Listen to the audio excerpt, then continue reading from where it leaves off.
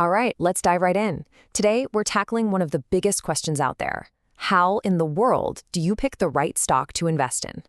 Now, forget all the complicated jargon you've heard. Forget the get-rich-quick stuff. We're going to break it all down using one simple, really powerful idea that honestly changes everything. And this is it.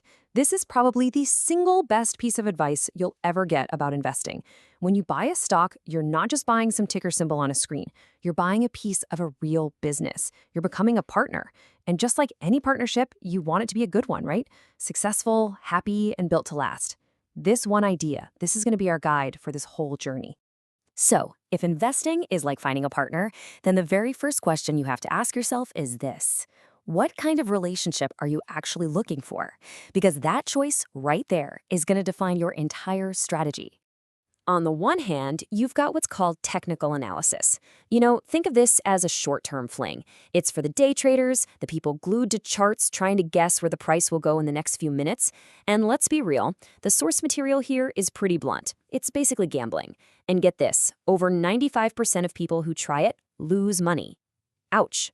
But then, on the other side, you have fundamental analysis. Now this is the marriage. It's a long-term commitment. You become a detective, digging into a company's finances, its reputation, its brand, everything, to see if it's a worthy partner for the next, say, 3 to 10 years.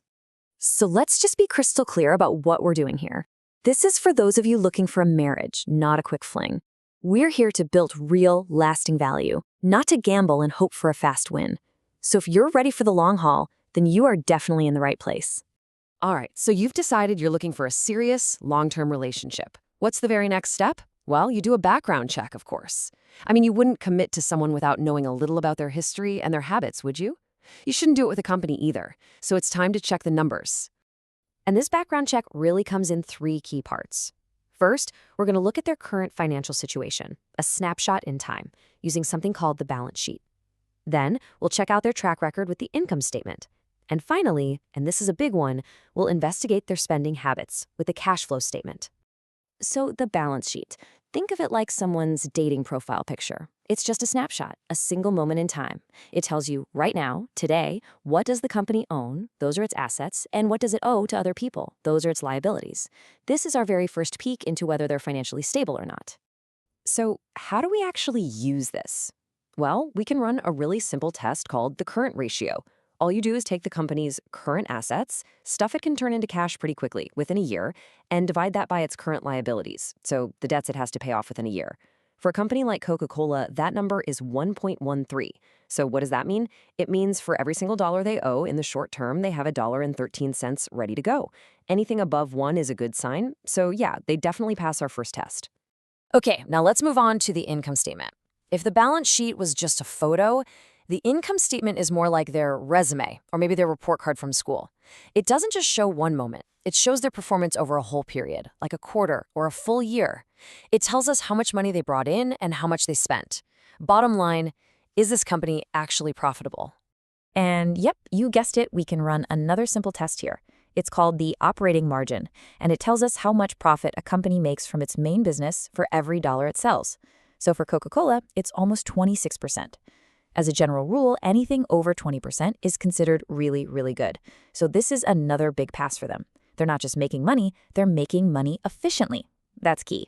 Okay, so things are looking pretty good. The company seems stable, they've got a great track record, but there's a huge question we still need to answer. It's a question that can make or break any long-term relationship, right? Are they actually good with money, or are they reckless with their spending? And this is where the cash flow statement comes in. You can think of this as the ultimate financial truth detector. It shows the real hard cash moving in and out of the business. See, a company can look really profitable on paper, but if they don't have actual cash coming in the door to pay the bills, they are in serious trouble. This statement, this tells the real story. So when we look at Coca-Cola's cash flow, we see 3 really important things. First, they have positive cash flow from their main operations, selling drinks. That's a must. Second, they have negative cash flow from investing. Now wait, that might sound bad, but it's actually great. It means they're spending money to grow the business, buying new equipment, new buildings. And third, even after investing all that money back into the business, they still have enough cash left over to pay out billions in dividends to their partners, the shareholders. Now that is the sign of a healthy, sustainable company. So the background check is done, the numbers look fantastic, but we all know that a great relationship is about more than just what's on paper, right? There's got to be chemistry, there's personality, the vibe. So now we need to look at what the numbers don't tell us. You know how it is, you could see someone who looks absolutely perfect on a dating app, checks all the boxes, but when you meet them in person, there's just no spark. Well, it's the exact same thing with companies. A perfect financial report doesn't automatically mean it's a great investment. We have to do what's called qualitative analysis, looking at all the important stuff that you can't just plug into a spreadsheet. So what exactly are we looking for in this vibe check? Well, we're going to focus on three really critical things. How strong is their brand and its reputation? Who is running the company and what do they like? And finally, what's their secret sauce? What's the special thing they have that their competitors don't, their competitive advantage? To see just how important leadership is, just look at this. Back in 2016, then-President-elect Donald Trump sent out this one tweet criticizing the cost of the F-35 fighter jet program, which is run by the company Lockheed Martin. It's just a tweet, right? What could it possibly do? Well, this is what it did. That one single tweet caused Lockheed Martin's stock to fall so hard and so fast that it wiped out nearly $4 billion of the company's value in a single day. It's a wild example, but it proves that the personality, the rationality of a company's leadership, it absolutely matters. One irrational move can have massive consequences. Okay, so you've done the background check, you've done the vibe check, and you've decided, yes, I'm ready to commit. Great. Now we need to talk about how to actually manage this long-term relationship to make sure it's a successful one. One of the hardest parts of any relationship is knowing when it might be time to walk away. In investing, panic is your absolute worst enemy. People hear some bad news on TV, they freak out, and they rush to sell, often at the worst possible moment. So when is it actually the right time to break up with a stock? Well, the best reasons to sell have almost nothing to do with the market and everything to do with you. You sell if you have a personal financial emergency and you need the cash. You sell if the investment has done its job and helped you reach a goal, like saving for a down payment on a house. Or you sell if you've done your homework and you genuinely, fundamentally no longer believe in the company's future. But notice what's not on this list. Selling just because of a scary headline. That's almost never the right move.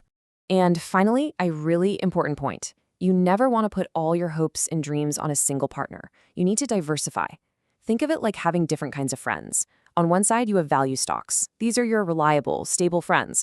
Big, established companies like Procter & Gamble that are just steady and often pay you dividends. Then you have growth stocks. These are your ambitious, high-energy friends. Companies like Tesla or Nvidia. They're a bit more volatile, sure, but they have the potential for massive growth.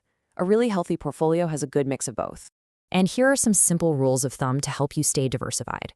First, try not to put more than 5% of your money into any single company. Don't put all your eggs in one basket. Second, don't put more than 20% into any one industry, like, say, just tech stocks. And finally, try to own stocks across at least 5 different sectors of the economy. This is what protects you if one of your partners, or even a whole industry, goes through a bit of a rough patch. So there you have it. Choosing a stock isn't about chasing some hot tip or trying to perfectly time the market.